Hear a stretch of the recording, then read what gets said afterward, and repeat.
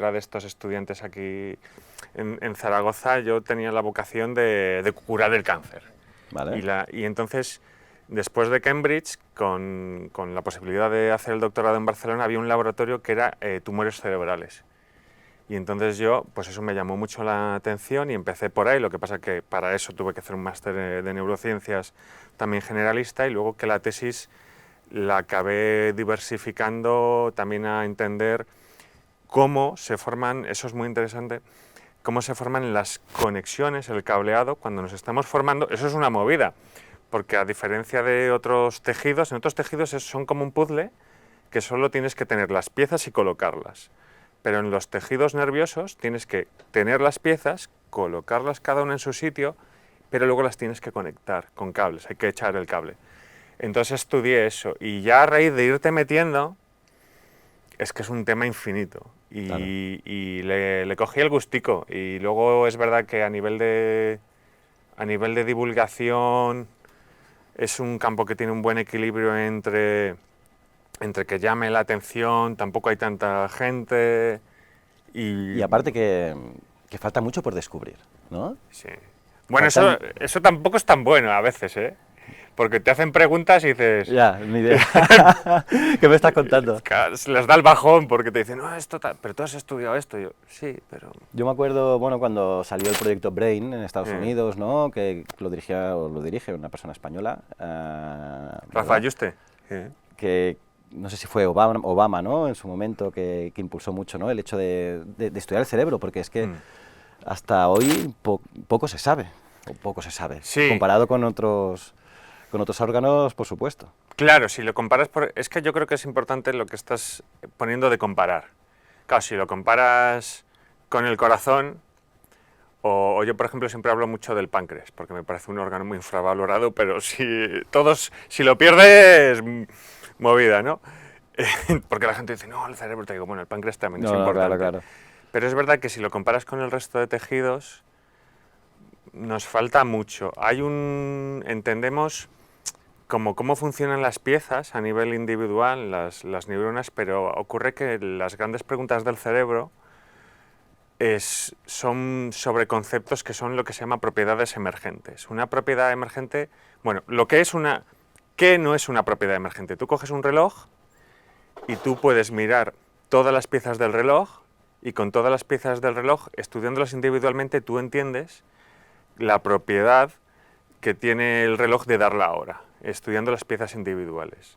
Una propiedad emergente es aquella que tú estudias las piezas individuales y aún así dices, ¿Para qué? ¿cómo hace esto? ¿No? ¿Cuál es el salto? Y nos ocurre con el cerebro, ¿no? ¿Cuál es el salto de cómo funciona una neurona a que de repente haya una idea?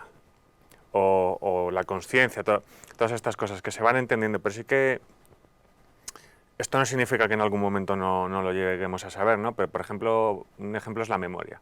Si tú le preguntas a un neurocientífico sobre la memoria, te podemos señalar, por ejemplo, partes del cerebro que sabemos que son importantes en la memoria. Te podemos decir, mira, si alguien tiene una pedrada en la cabeza, esto es un experimento neurocientífico poco recomendable, ¿no? Pero si le pegas una pedrada en la cabeza a esta parte del cerebro, normalmente va a perder esta capacidad. Pero no te podemos señalar al microscopio dónde está un recuerdo, Claro. exactamente. Sí que hay, por ejemplo, lo que has mencionado, con el proyecto Brain va mucho sobre el conectoma. El conectoma es todo el cableado que hay del cerebro. Entonces se cree que muchas de las cosas, una de los modelos es que muchas de las cosas que estamos investigando, que no acabamos de entender, lo que pasa es que se forman en las conexiones. O sea, tú a lo mejor no eres cuántas neuronas tienes, sino todos tus recuerdos y todo tu aprendizaje son todo el cableado, cómo se ha ido formando como un árbol que crece, ese modo de crecer del árbol eres tú. ¿Y cómo puede ser que haya gente que sepa 11 idiomas? O sea, el cerebro, hay gente que tiene un cerebro especial, eso se entrena, ¿no? Porque me estabas comentando el tema de la memoria, ¿no? Hay gente con mucha memoria, yo por ejemplo tengo poca memoria, A ¿sabes? ver, hay una diversidad. Si le preguntas, por ejemplo, a mi madre, ya te diría, por ejemplo, Pablo es especial. Entonces, ya intuitivamente ya vemos que hay una cierta diversidad, igual que hay diversidad, yo qué sé, no... por lo que sea, Rafa Nadal y yo tenemos distinta forma física y intuyo que aunque entrenara lo mismo O Indurain, que decía que tenía los Indurain. pulmones más grandes Sí. y tenía las pulsaciones, o sea, también el cuerpo, ¿no? Tiene que haber gente con un cerebro... Muy diferentes. Y eso se ha intentado estudiar, que hay el problema metodológico que tú no puedes ir abriéndoles la cabeza para, a ver, cómo... Aníbal Lecter, ¿no? Aníbal Lecter, tipo eso. Por ejemplo, el caso más conocido es con Einstein. Con Einstein, la historia del cerebro de Einstein es una movida en verdad un poco oscura porque se lo sacaron sin permiso y luego... Pero ya había fallecido, ¿no? Sí, sí, sí. Pero básicamente fallece y no sé si era el médico que, bueno, obviamente el que le hizo la autopsia o lo que sea, por lo que sea decidió, este cerebro me lo quedo yo para mí, y luego el cerebro estuvo rondando por ahí y tal, pero sí que de ese cerebro se ha conseguido sacar muestra y mirar. Y por ejemplo, no está muy claro muchas de las cosas de exactamente qué era. Porque contaban el número de células o de neuronas en algunas áreas, parece que sí, pero luego que no. Luego miraron, por ejemplo, la conexión entre hemisferios, podría ser. O sea, si tú tienes dos cerebros y Mm. los estudias, ¿no sabrías cuál es el más potente de los dos? Sería muy difícil a día de hoy, porque quizás, volviendo un poco a lo del conectoma, quizás mucho tiene que ver con el tema de la formación de las conexiones y todo esto, entonces esto es difícil de medir. Tú puedes contar cuántas neuronas hay. Tú podrías, una neurocientífica que yo soy súper fan, que se llama Susanne Ercolano-Housel, desarrolló una técnica que básicamente licuas el cerebro, haces sopa de cerebro y luego cuentas las neuronas. Claro, además lo puedes hacer una vez, porque luego no puedes volver a montar el puzzle. Pero eso te da una cierta información, pero a lo mejor tener más neuronas, si no están bien conectadas o no funcionan, es difícil. Luego hay estudios con el sujeto vivo, con neuroimagen que te permite ver, que también te da algunas pistas, ¿no? De que a lo mejor el modo de funcionar de ese cerebro es un poquito diferente, y eso a lo mejor, lo que pasa es que hay que entender que normalmente las ventajas vienen con desventajas, de alguna forma, ¿no? Por ejemplo, Daniel Tammet, que es una persona que es del espectro autista, lo que se denomina savant, que son grupos con capacidades como muy altas. Este tío es prodigioso, si lo vemos en una charla, este tío, bueno, hablando de memorizar idiomas, creo que era el islandés, le propusieron el desafío de aprendérselo en una semana, por ejemplo. Ostras. Y el tío lo entrevistan en la tele y ves a los entrevistadores como inicialmente cuando lo presentan en plan de el flipado este que dice que ha aprendido nuestro idioma en una semana. Y, claro, primero lo presentan en inglés, pero luego ya, un poco así tal, con sorna, le empiezan a hablar en islandés, en plan de, Daniel, ¿qué tal?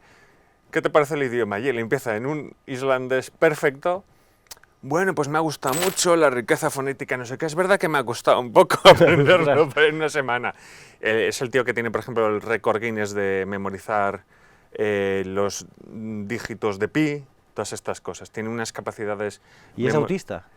Sí, es dentro del espectro autista, que es un abanico muy grande. Él cae dentro de ese espectro y dentro de ese espectro muy amplio hay un grupo, que esto también hay un poco de mito. No necesariamente estar dentro del espectro autista es tener altas capacidades, pero es verdad que esta persona se cumple en esas condiciones.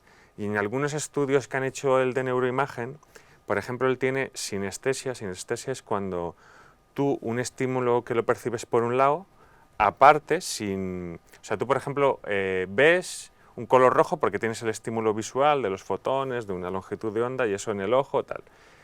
Eso es normal, bueno, es lo común.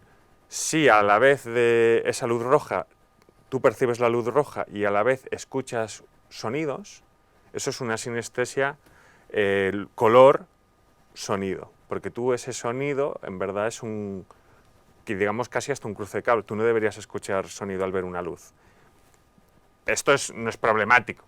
Y de hecho un 3 o un 5% de la población tiene alguna forma de sinestesia.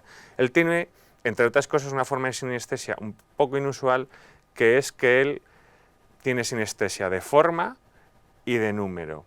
Es decir, tú a él le pones un cacho de arcilla, le dices, hazme un 1317 y no te hace el número como haríamos todos, sino que él te hace una forma abstracta y él dice que por todos lados ve constantemente números. Y eso se cree que de algún modo le ha ayudado a tener una capacidad de cálculo brutal. Y se ha visto, por ejemplo, que la parte de cálculo y la parte de visual está muy cerca y se cree que él a lo mejor tiene cables que normalmente el resto no tenemos, pero él sí que empalman las dos partes y entonces se le junta y eso por lo que sea le potencia. Entonces se puede llegar a hacer este tipo de teorías. Madre mía. Pero no nos falla Estabas hablando de mitos. Yo creo que el cerebro, ¿no?, es uno de los órganos que más mitología existe, ¿no? ¿Cuáles son esos mitos que te gustaría desmitificar, vamos, ¿no?, que se dicen mucho? Bueno, el más famoso es el del 10% del cerebro, de que solo usamos una pequeña parte, que es verdad que a veces miras un poco a la sociedad y dices... Pues parte de razón ahí, ¿no? A lo mejor viene de ahí.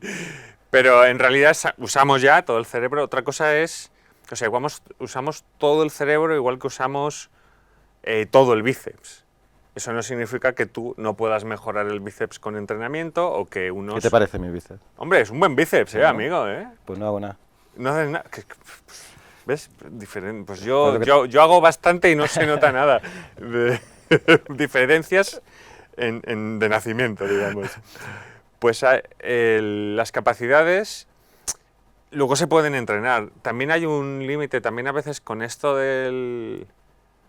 Hay como un poco una filosofía a veces muy Mr. Wonderful del cerebro y los temas de la plasticidad neuronal, que son temas... A mí sí que me parece que hay que ser más delicado, porque a veces hay personas que tienen lesiones cerebrales o cuadros más complicados y es verdad que tú con la plasticidad cerebral, con la capacidad que tiene el cerebro de adaptarse, se pueden a veces mejorar o ayudar o hacer alguna serie de cosas. De hecho, el cerebro es plástico, entre otras cosas, para aprender.